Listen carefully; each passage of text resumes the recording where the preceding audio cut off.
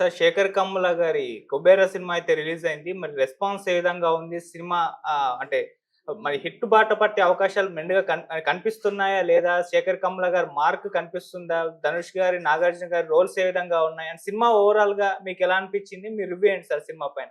అంటే సినిమా ఒక ప్రయోగం చేశారు వాళ్ళు.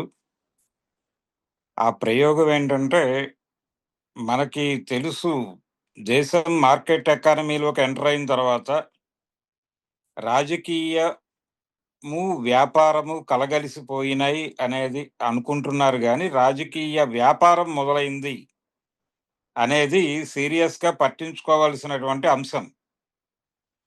రాజకీయము, వ్యాపారము చట్టాపట్టాలేసుకుని తిరగటం లేదు. రాజకీయమే వ్యాపారంగా మారిపోయిన సందర్భం. కాబట్టి ఇందులో భాగంగానే మనం అనేక కాంట్రాక్టులు కావచ్చు, లేకపోతే మర ఏదైనా సరే కార్పొరేట్లకి కట్టబెట్టడం అనే కార్యక్రమాన్ని చాలా పెద్ద ఎత్తున నిర్వహిస్తున్నాం. ప్రైవేట్ సెక్టార్‌ని ఎంకరేజ్ చేయండి. అలాగే పబ్లిక్ సెక్టార్‌ని మోతేసేయండి అనేది నినాదంగా గ్లోబలైజేషన్ ఎల్‌పీజీ అంటాం మనం. ఎల్‌పీజీ అంటే లిబరలైజేషన్, ప్రైవేటైజేషన్, గ్లోబలైజేషన్. ఈ కార్యక్రమం మొదలైంది. ఎల్‌పీజీ బ్లాస్ట్ అయింది మన జీవితాల్లో. ఆ ఎల్‌పీజీ బ్లాస్ట్ అయిన తర్వాత పరిణామాలు ఎలా మారినాయి అనేది తెర మీద చూపించటానికి ఒక ప్రయత్నంగా 'కుబేరా' అనేటువంటి ఐడియా వచ్చింది వీళ్ళకి. ఈ ఐడియా బానే ఉంది కానీ, ఇంకొంచెం సైద్ధాంతికంగా సపోర్ట్ చేసే విధంగా సినిమా కథని నడిపించుంటే బావుండేది. కానీ కొంచెం ఫా కొంచెం ఫార్ములాలోకెళ్ళే ప్రయత్నం చేశారు వీళ్ళు. మంచి ఐడియానే. దాన్ని ఒక చేజింగ్ ఎపిసోడ్‌లు ఇలాంటివన్నీ రకరకాలు పెట్టుకున్నారు. దీనిలో అంటే 'శేఖర్ కమ్ములకేమో' జరుగుతున్నది నిర్మొహమాటంగా చూపించేద్దాం అనేటువంటి ఒక అంకిత భావం ఉంది. కమిట్మెంట్ ఉంది ఆయనకి. అలాగే ఆ రైటింగ్ టీమ్‌లో వాళ్ళకి కూడా కమిట్మెంట్ ఉంది. అయితే ఈ ఎంచుకున్నటువంటి కథ వాళ్ళ వాళ్ళు ఏదైతే చెప్పదలుచుకున్నారో అది చెప్పడానికి అనువుగా నడవలేదు. దాంతో ఆహ్, ఒకలాగా ఎక్స్‌పెక్ట్ చేసి లోపలికెళ్ళినటువంటి నాలాంటి ప్రేక్షకుడికి అది ప్రాపర్‌గా కనెక్ట్ కాలేదు. రెండోది కమర్షియల్ హంగుల కోసం వచ్చేటువంటి వాళ్ళకి కూడా ప్రాపర్‌గా కనెక్ట్ కాలేదు.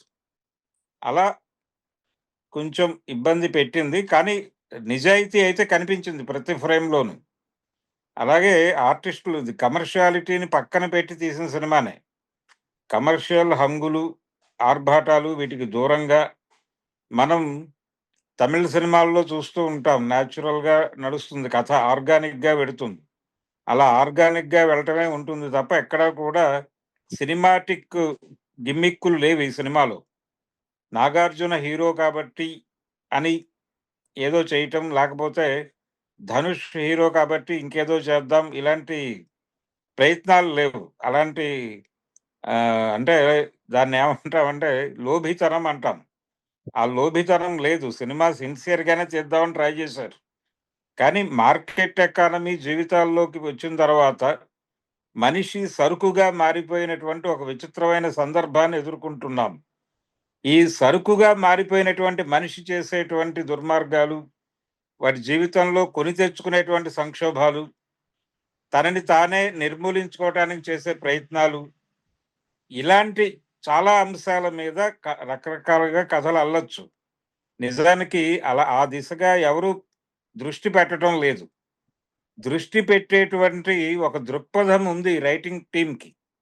శేఖర్ కమ్ముల గారి రైటింగ్ టీమ్‌కి ఆ విజన్ ఉంది. ఆ స్కోప్ ఉంది. వాళ్ళకి ఆ పర్స్పెక్టివ్ ఉంది. ఆ దృక్పథం ఉంది.